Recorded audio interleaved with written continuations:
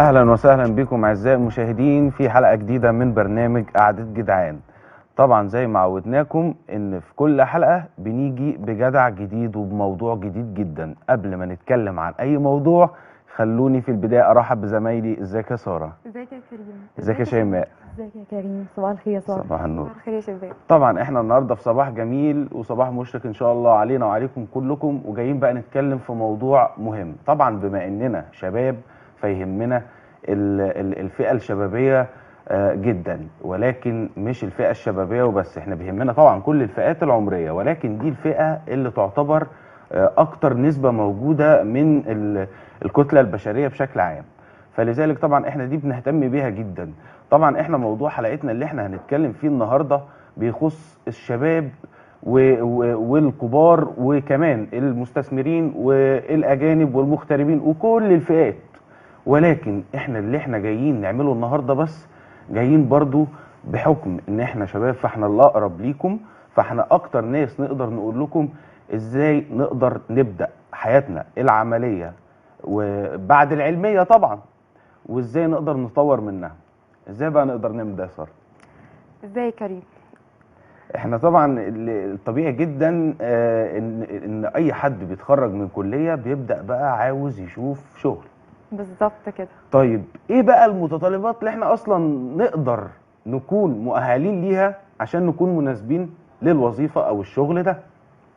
في البداية المفروض ان انا مثلا خريجة كلية معينة، دي بنسبة 90% من الناس بتبقى مش رغبتهم الحقيقية، بيبقى ده اللي القدر حطهم فيه. يعني انا جبت مجموع في الثانوية العامة دخلني الكلية الفلانية، الحياة انتهت عند ده؟ لا طبعا. انا بشوف انا بحب ايه واقدر ادي فيه، علشان المقولة طبعا اللي بتقول حب ما تعمل حتى تعمل ما تحب. فببتدي ان انا سهل ان انا اخد له كورسات اطور من نفسي فيه واشتغل فيه كمان، ولا ايه صار؟ صح يا شيماء جدا. يعني انا المفروض اجرب اكتر من مجال، اشتغل على اكتر من حاجه واشتغل في اكتر من طريق عشان في الاخر اوصل ليا انا للحاجه اللي انا عايزاها.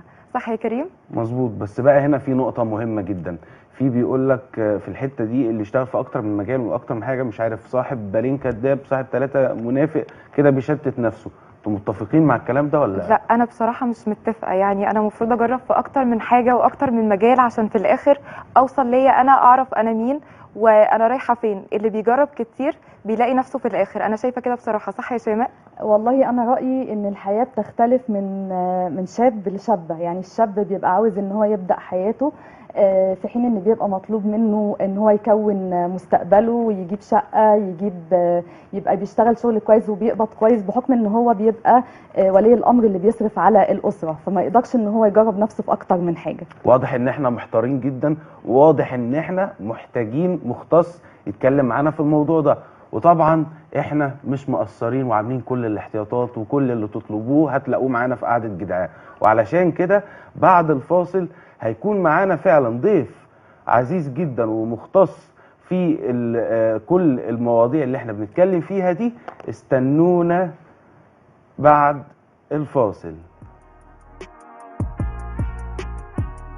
لكم مرة تانية أعزائي المشاهدين، وزي ما وعدناكم بنوفي إنه إحنا في أي موضوع في اختصاص لازم بنوجد فيه المختص.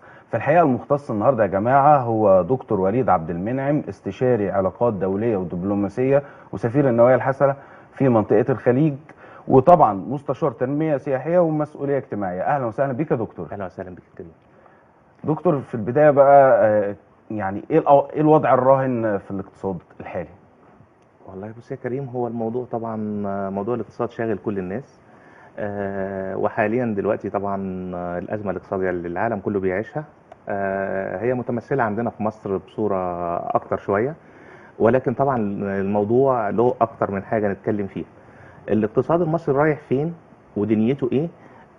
طبعا ان شاء الله يعني احنا بنطمن الناس كلها ان ابتداء من شهر 7 الجاي في انفراجه اقتصاديه كبيره جدا، في قرارات اصلاحيه اقتصاديه هتكون موجوده، وبدانا نلمسها في الاسبوع اللي فات. يعني بدات الاسعار تنزل، بدات المستثمرين يتكلموا على مصر تاني بعد ما كان بداوا يعزفوا عنها. المشروعات الاقتصاديه بدات تنمو بشكل مستمر. الدوله النهارده بتولي كل اهتماماتها للصناعات الغذائيه والانشطه الزراعيه. بعيد عن المسمى التعقيدي اللي احنا حاطينه طبعا لحضرتك، بس علشان المشاهد يفهم اكتر، حضرتك الناس يعني بتقرا العنوان كده بتتعقد، بس انا رايي كشيماء ان هو مزيج ما بين الاقتصاد والسياسه والقانون، فهو ممتع في نفس الوقت. طبعا احنا لو قعدنا نتكلم عن علاقه كل حاجه بالتانيه هنعوز حلقات. فاحنا عاوزين نعرف ايه التحديات اللي بتقابل الناس بقى اللي جايين من بره مصر عشان يستثمروا جوه البلد.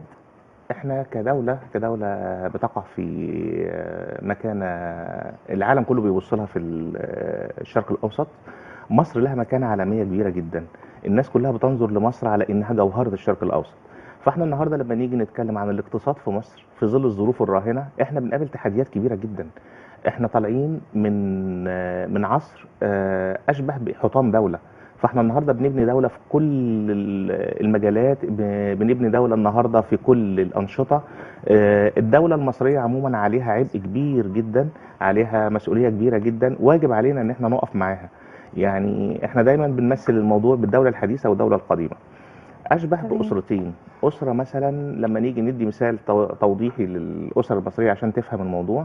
النهارده احنا عندنا اسرتين، اسره ربنا رزقهم باولاد كتير بعدد من الاولاد ومواردهم بسيطه، يعني وليكن مثلا راتب الزوج والزوجه مثلا او الاب والام، وعندهم 4 5 اولاد وهو عايز يامن لهم مستقبلهم. واسره تانية في نفس المستوى ولكن ما عندهمش نفس القيمه العدديه للاولاد ومواردهم اعلى. احنا النهارده الدوله القديمه بتاعتنا، الدوله القديمه بالنسبه لنا دي كانت اشبه بحطام، مفيش موارد، وفي نفس الوقت احنا بالنسبه لنا ما عندهمش مصادر دخل متنوعه. اما الدوله الاسره الثانيه اللي هم عندهم مثلا 5 اولاد وعندهم مواردهم محدوده، الاب والام عايزين يطوروا من دخل الاسره. الحلول الممكنه ايه بالنسبه انا لما اسالك دلوقتي؟ الحلول الممكنه بالنسبه للاب ان هو عايز يعمل مشروع يعمل ايه؟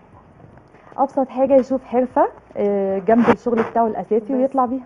بالظبط يا شيماء. وللاسف يا دكتور خلصت حلقتنا النهارده، لانه طبعا مواضيع اللي حضرتك بتتكلم فيها عن الحلول وعن المشاكل دي محتاجه ليها حلقه كامله، طبعا بنوعدكم جميعا بيها.